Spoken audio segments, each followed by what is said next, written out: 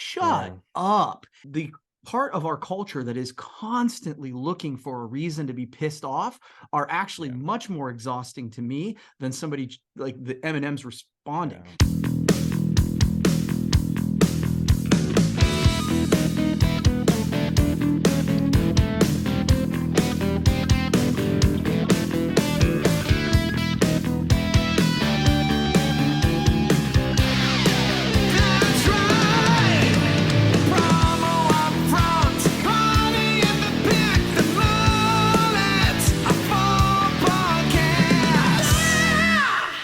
Hey, with the rebel yell, we cry more, more, more. As we start episode number 134 of the Promo Upfront podcast, I am one of your hosts, Bill Petrie. With me as always, let's call him the deacon of digital marketing, the one and only Kirby Hasseman. Kirby, how the hell are you today?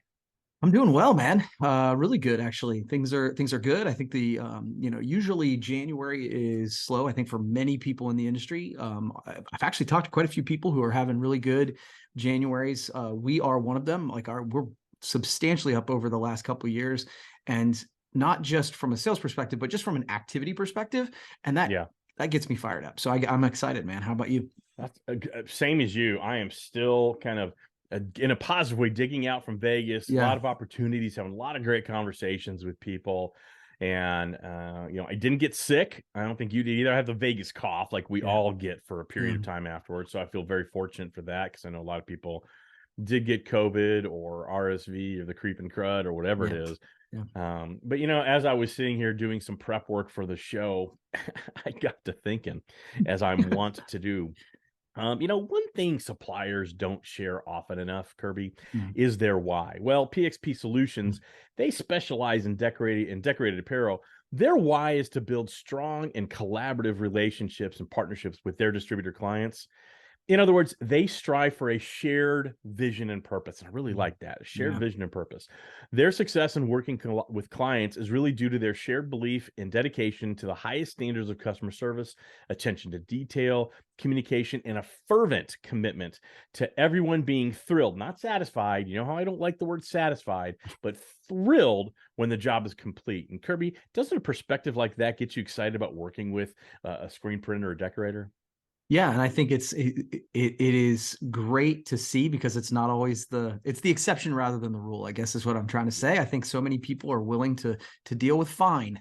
And as our the person we love on Ted Lasso, Roy Kent, would say, don't you dare settle for fine. And so I love that PXP Solutions has that exact attitude.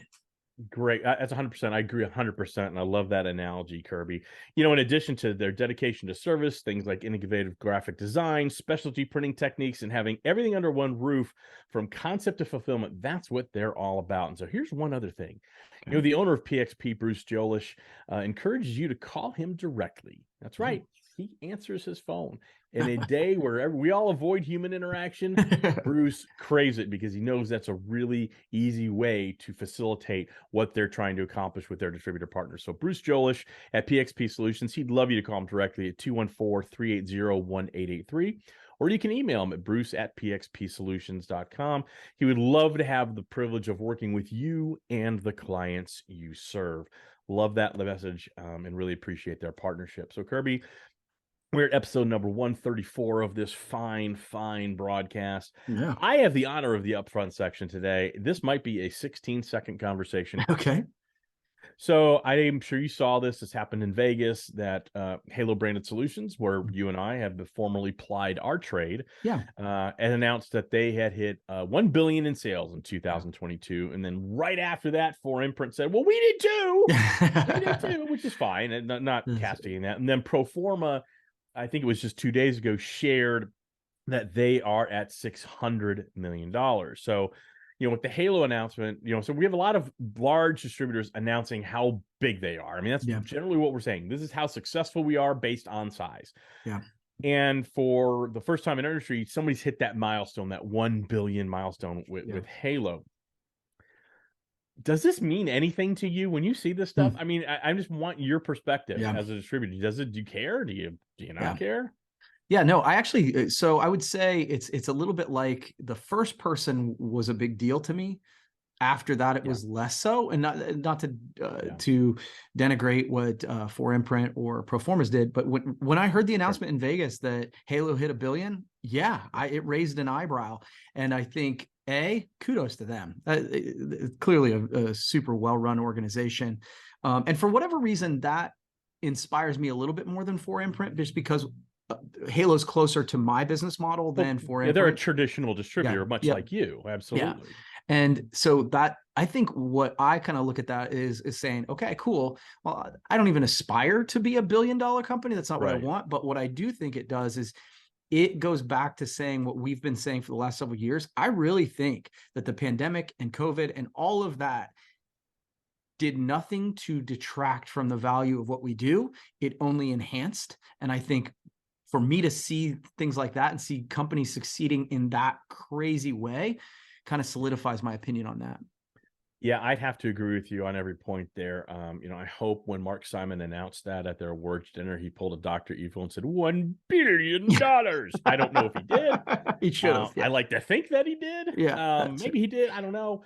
But yeah, like you, I'm 4imprint has been a building machine for years, and, Yeah. and they've built a really great model with their e-commerce online. We can talk about the positives and negatives. That's not my point. I am sure that they were kicking themselves that Halo beat them to the punch with that type of announcement. Yeah.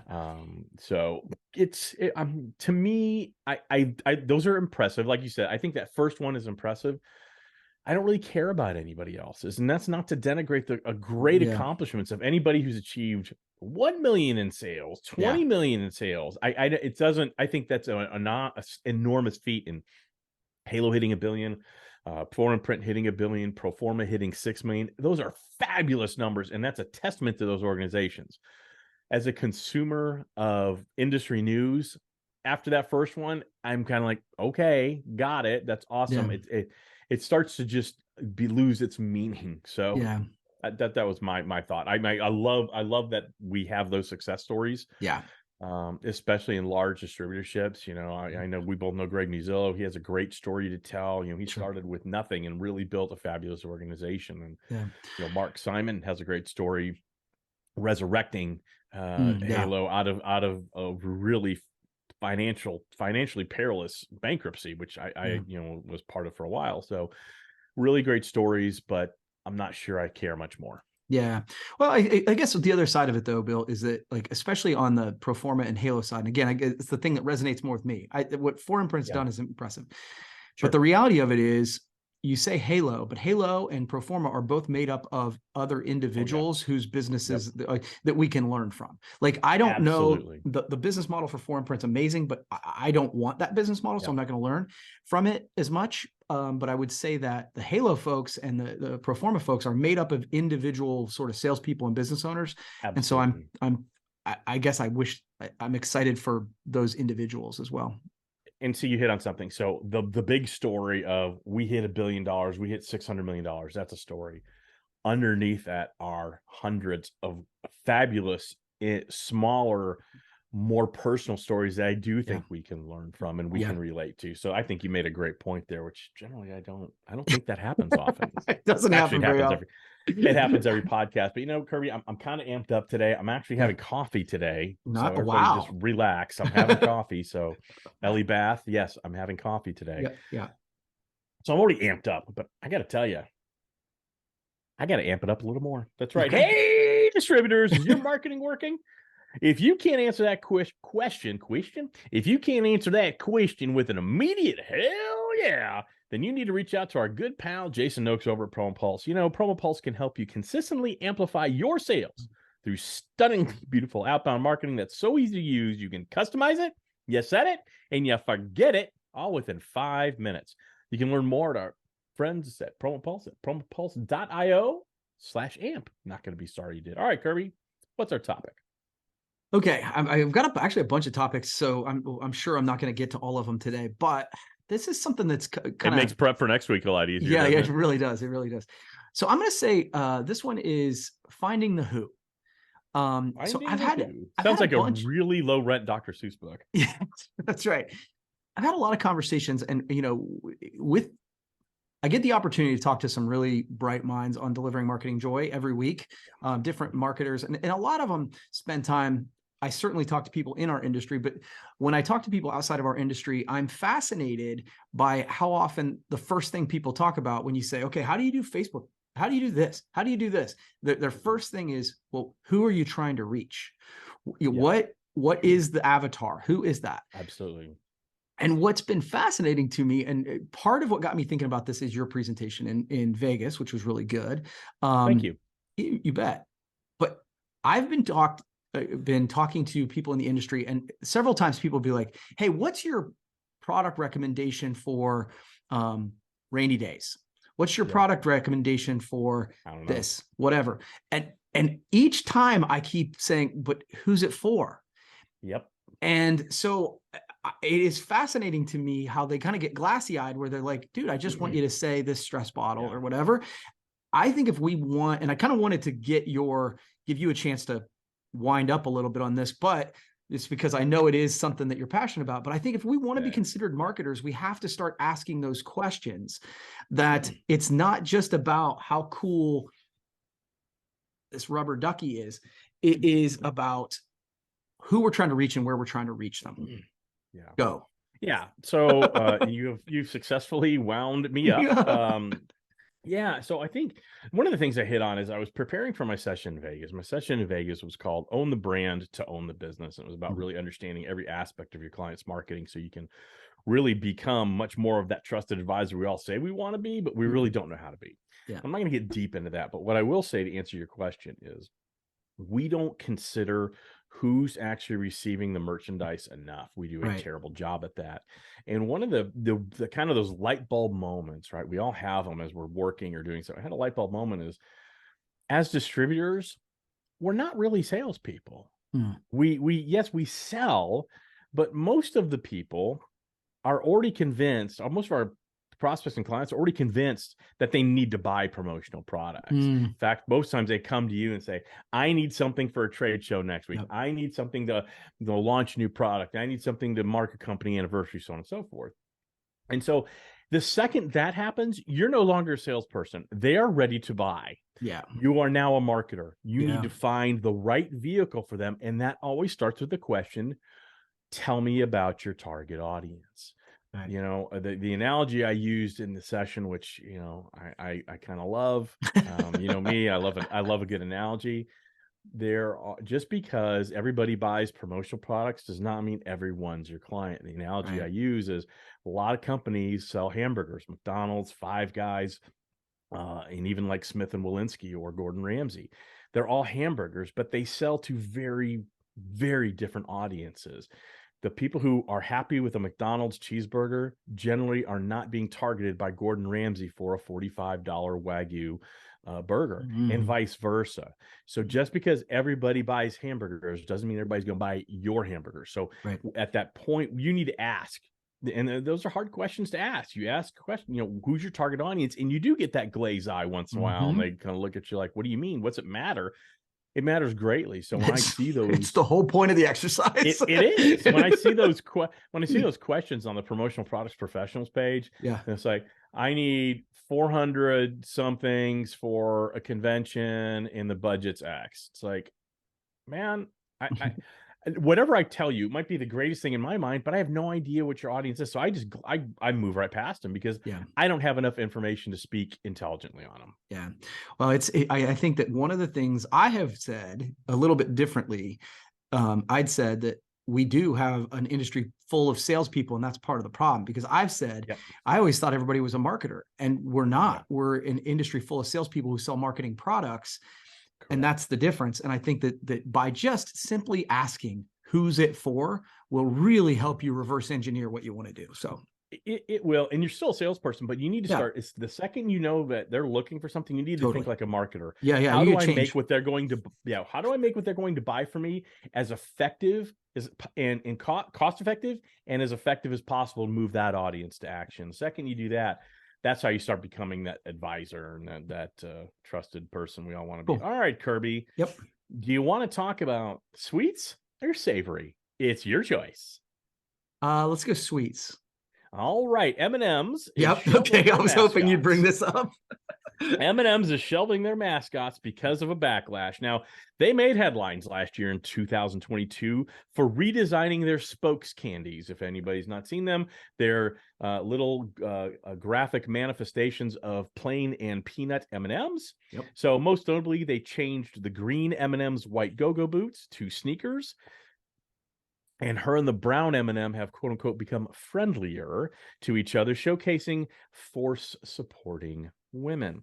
Okay. They've also made changes. Orange, who used to be anxious, began to embrace his true self, worries and all. Red, who had shown bully tendencies in the past, became kind to his co-characters.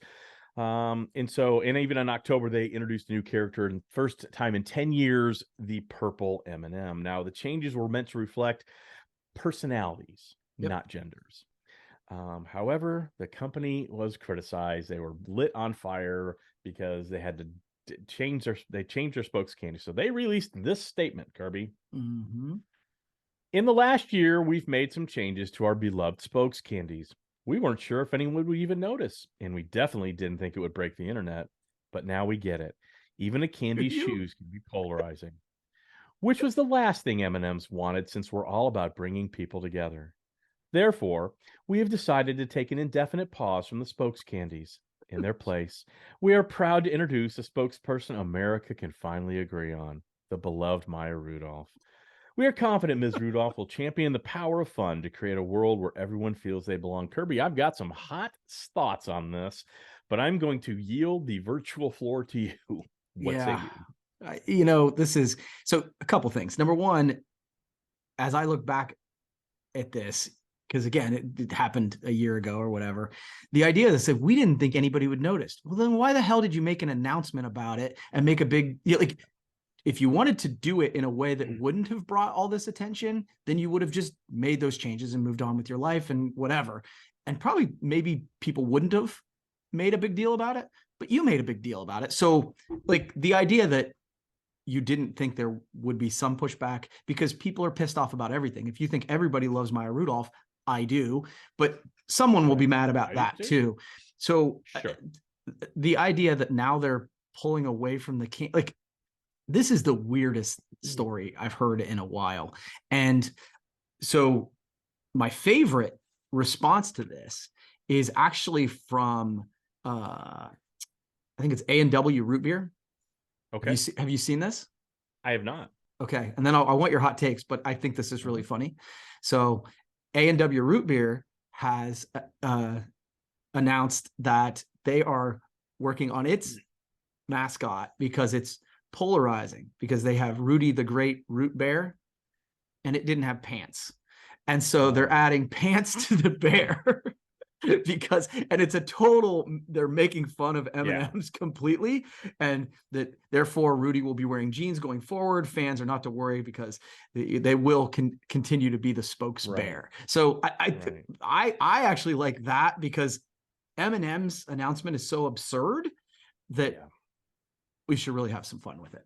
Yeah, it's who cares? They're drawings. Okay? I mean, I am all for loving every color of our cultural rainbow, and I have no issue with that. And honestly, I think the fact that they're trying to focus on the personalities rather than the gender, I really don't have an issue with that. I don't care.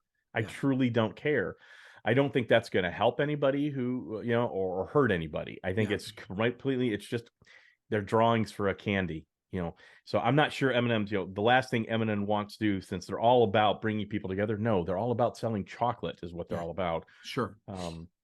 So well, when we've hit a new weird level of political correctness when we're debating over cartoons. Yeah. And that's just a weird thing to me, and this is one of those things you have to tread carefully, because no matter what we say is going to cheese somebody out. That's the society we live in today. But, and here's the other thing. It's one of two things. It's either a strategy that didn't work, or it's a genius marketing move to get people talking about it. and I never know which. I will say, if it is a chat strategy that they're trying to change because it didn't work, you can do that without making a big announcement. Yeah. Because it's, I don't buy into the whole any publicity is good publicity. I really don't. Yeah, I don't Because either. our conversation is not going to make someone not buy or not buy M&Ms. Yeah. So I don't know. Sometimes it makes sense, but it didn't hear me. So it's a great example, though, I would say, on the other side is we're kind of mocking M&Ms, but the reality of it is people were legitimately like, and again, Tucker Carlson made it his job to go after M&Ms because it's the woke culture that's making them do this. Shut up. The part of our culture that is constantly looking for a reason to be pissed off are actually much more exhausting to me than somebody like the M&Ms responding. Now, my thing, and you know this about my personality, is I would be like, if Tucker Carlson doesn't like that M&Ms I would lean into that so hard and give him the big F you. Like, you want to make a statement, do that. And actually, I think that's one of your kind of tenets too. It's like, you don't have to be for everybody. Lean in, and the people who love what you stand for will follow you. This is actually, hey, we stand for this. Oh no, we don't stand for this. We stand for Maya Rudolph. Yeah, if I'm part of a community that feels that the spokes candies for M&M has either misrepresented, or I'm not represented, or it bothers me that my group's not represented, that's valid. If you want to feel that way, that's up to you. That's not my choice, right? I don't think them waffling, going back and forth, is helping that cause. And that's kind of underscoring your point there. So be who you are and deal with the consequences, because the pendulum swings. It always has, and we're very far right now. I don't believe in the term woke. You and I have spoken about that. I just don't, because we as humans are allowed to evolve and change our opinions, change our thoughts, change the way we relate to other people. God, that maybe I hope we didn't understand in the past. I've said it before. I'm a radically different person at 53 than I was at 48, and certainly than I was at 28. And I've written blog about you should be. You should constantly be evolving. Woke is a very pejorative term that it's just woke. It's what we do as a society. We find a word to slot people in to minimize what they're thinking, what they're feeling, all that. But we're getting off topic here. This M&M thing is dumb. If you felt like, if you at the chief marketing officer level of M&M's felt like we need to represent as many people as possible, then don't pull them off. Leave it alone, because you're never. Here's the thing: you have to understand the fact you're never going to win, because there's not a prize at the end of winning. You just do. And honestly, again, I think nobody asked me, of course, but the idea that, a segment of population were like, oh, I don't like it because of this or that, dude, lean into that. If people are being assholes, call them out. Like, this whole thing is because you are totally, like you said, waffling back and forth. Does it matter to you or not? Because right now, not. And I guarantee you, they'll be the first people to change their avatars and their profile pics for Pride Month. I don't know what they'll actually do for it, but they'll make sure to do that. So, Mars, their statement, because it was tongue in cheek, actually made it worse. If they had just said almost sternly, hey, we've upset a lot of people. It's not what we intended to do, so we're just going to kind of not do this for a while. And we appreciate your loyal chocolate loverness, whatever. If they had done that, I think I would have a lot better time with this, other than we didn't know we'd break the internet. We didn't know. Okay, you did. You knew exactly what you were doing when you did it. Because you made it sure you announced it. Exactly. So, all right. That's enough of my hot candy opinions today, Kirby. Do you have one more topic for us? Yeah, one more. So one of the things we've done in the past is we've talked about goals, and we haven't really done that this year. So, and because of when we're recording this, I thought we could do it a little bit differently. We had talked about goals in the past. We didn't necessarily do it, but this is the time when a lot of people fall off the wagon. Right? Like, so it's like, hey, I've set these big goals for the year, but by now, 90% of people are like, you know what, ho-hos for breakfast will be fine. So I wanted to kind of, and this is one of those moments where I can go first if you want me to, but you generally set goals for the beginning of the year. I set goals for the beginning of the year. How are you doing? like so far, are you on track or are you off track? You don't have to even get specific, but just kind of No, the basic of, hey, here's what I said I wanted to do. Well, Where you at? business wise, Yep. blowing them out of the water. Awesome. Off to an incredible start. And I think we talked about this. We've talked about this off podcast, but I missed being at shows, and my Yeah. business missed being at shows more than I realized. Yeah. And so that was hugely important to me. And so you talk about, at least for me, and again, I'm selling to the people who are there. That's my target audience, is right there, all in Vegas. You talk about a springboard to start the year. Wow. So right now, That's awesome. I am way ahead of pace. Personally, struggling a bit with the I'm good on the I ended up doing a goal that I didn't know I was going to do, which was kind of just take a break from drinking, not because I felt like I had a problem or anything. I was like, you know what? I just kind of want to reset a little bit. So that's going well. I've been walking a little more, just kind of getting exercise up. I think I put in my blog, one of my things is, after I had my hernia surgery, everything felt very weird in my stomach. And so I lived in fear for the last year of, I don't want to mess this up. And so I've kind of stopped working out as religiously as I used to. So I'm slowly getting back at that. So, that's the honest truth there. Yeah. But I am going to have a pop or two this weekend. I'll tell you that right now. Good for you. That's good. Yeah. Yeah. Excuse me. So yeah, it's interesting. The business side of it, I'm pretty much on track so far. What I did this year, and I think we probably talked about this off the podcast, but I set what called 12-week year goals instead of full year. So essentially it's from January 1st to March 30th. I find that my ADD works better in those short-term windows. And so I sort of did that. So I have goals for literally January 1st to March 30th. Pretty much on track with that. And I'd set a pretty aggressive goal. So that's really good. Fitness is the one that I'm actually That's excited the hard about. one. Yeah, but I'm actually so what I did in a little bit differently, as opposed to saying I'm going to drop weight, I'm going to do this. I reverse engineered it and said, look, I'm going to do this many push-ups and I'm going to do this many miles, things that I could control. And then I created an Excel sheet that I would document, so it would kind of tally. And again, it's only January at this point, but I'm ahead of schedule on that. And that's considering I essentially lose a week in Vegas, because I don't count, even though I'm definitely doing miles there, I don't count it, because if I'm not, you're doing them anyway. They're not intentional miles. Yeah, exactly. So but it was funny to me, because I'm like, I feel like I've tripped over something for myself, where it's like, okay, if I can reverse engineer and just say, okay, my goal is to, for example, is 3,000 push-ups and 120 miles. Well, that's 50 push-ups a day. Like, it's not that many.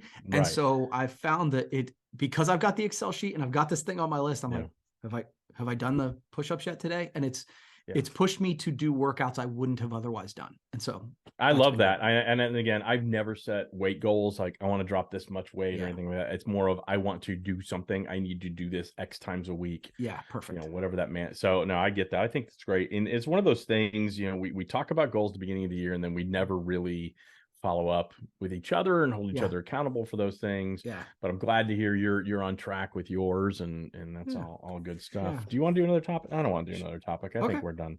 Okay. So you? Sounds good. Sounds good. I'm tempted to talk about something I think we're going to talk about next week. That's on the Promotional Products Facebook page right now. I'm tempted to bring that up, but I think we're going into too long here. Too long. Okay. All right. Your call. What do you think? I think that if we could do it in a couple minutes, we can still do it.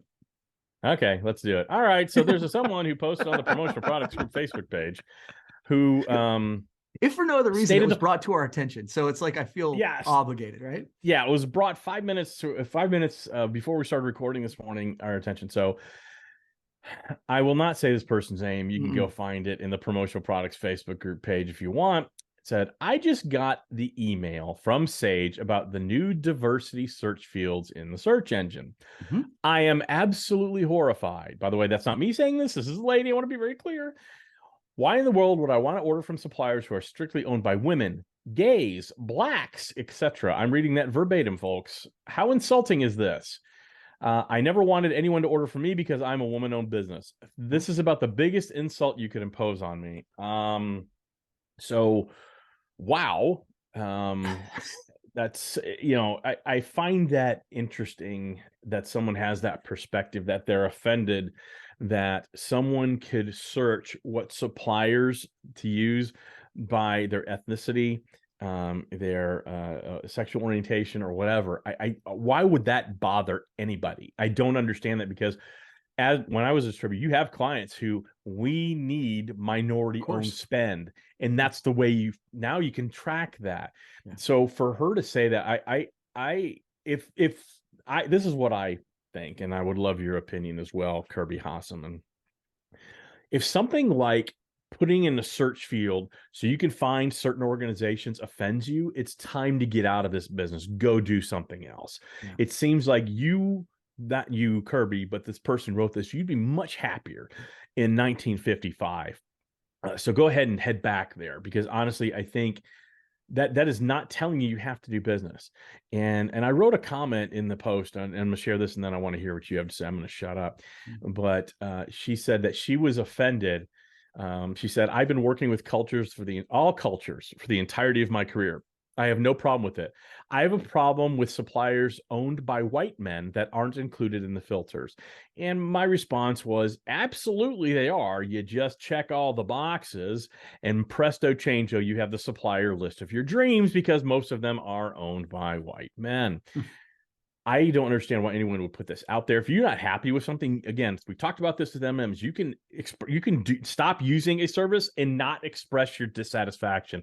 And predictably, the internet is speaking very loudly to this person and not really supporting of her. Kirby, what say you? Yeah, actually, so I would say that I think that one of the populations I talk about is the population that is pissed off if they can't find something to be mad about. Yeah. This reeks of that.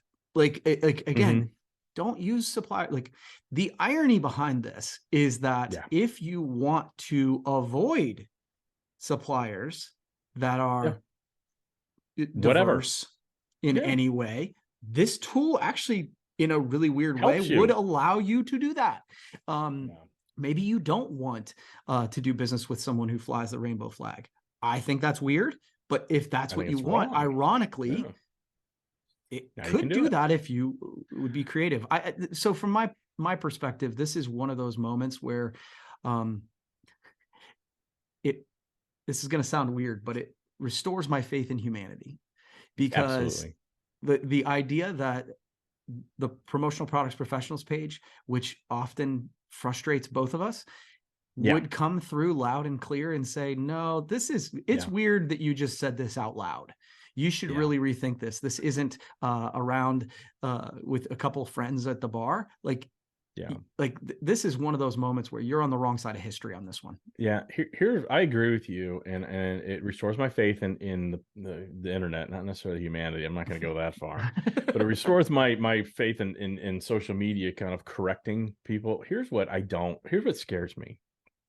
She is a woman-owned business, and something like this for her customers, if there was such a thing for promotional products, people to search, or people who are buying promotional products to search for a distributor that's woman-owned, veteran-owned, minority-owned, diverse-owned, whatever, that would benefit her, because she's a woman-owned business, and she probably has clients that have used her maybe initially because she was woman-owned, and it helps their diversity goals. So I find it scary that someone who benefits from something like that all of a sudden is really castigating others, or castigating Sage for using it. I honestly, that scares me. That not like, oh my gosh, I'm petrified, but it's like, man, it seems like, and I don't know this person. I don't know her heart. I don't know anything about her, but what I do know is what she wrote, and what she wrote was extraordinarily offensive. And the fact that, it works for me, but I don't want it working for anybody else, that seems to be and indicate some deep-seated resentment, certainly, and maybe even hatred and racism. I don't want to say that person's a racist or that, but it's pretty ugly. It's pretty ugly stuff. It's a weird hill to die on. For sure. It is. But I'll tell you what's not a weird hill to die on, Kirby. That's the hill of PXP Solutions. That's right. They share their why. Their why, because they specialize in decorated apparel. Their why is to build strong and collaborative partnerships with their distributor clients. In other words, they strive for a shared vision and purpose. They have that fervent commitment that everybody is not satisfied at the end of the transaction. They are thrilled at the end of the transaction. And so they have everything under one roof, all the way from graphic design, specialty printing techniques, and everything from design to delivery, all under one roof. So call the owner, Bruce Jolish. What a great guy he is. 214-380-1883. Or you can email him if you don't want to pick up the blower. You can call him or email him at bruce@pxpsolutions.com. He would love the privilege of working with you and the clients you serve. Kirby, I love doing this podcast with you. So thank you so much for taking the time out of your busy day. Thanks, Ben.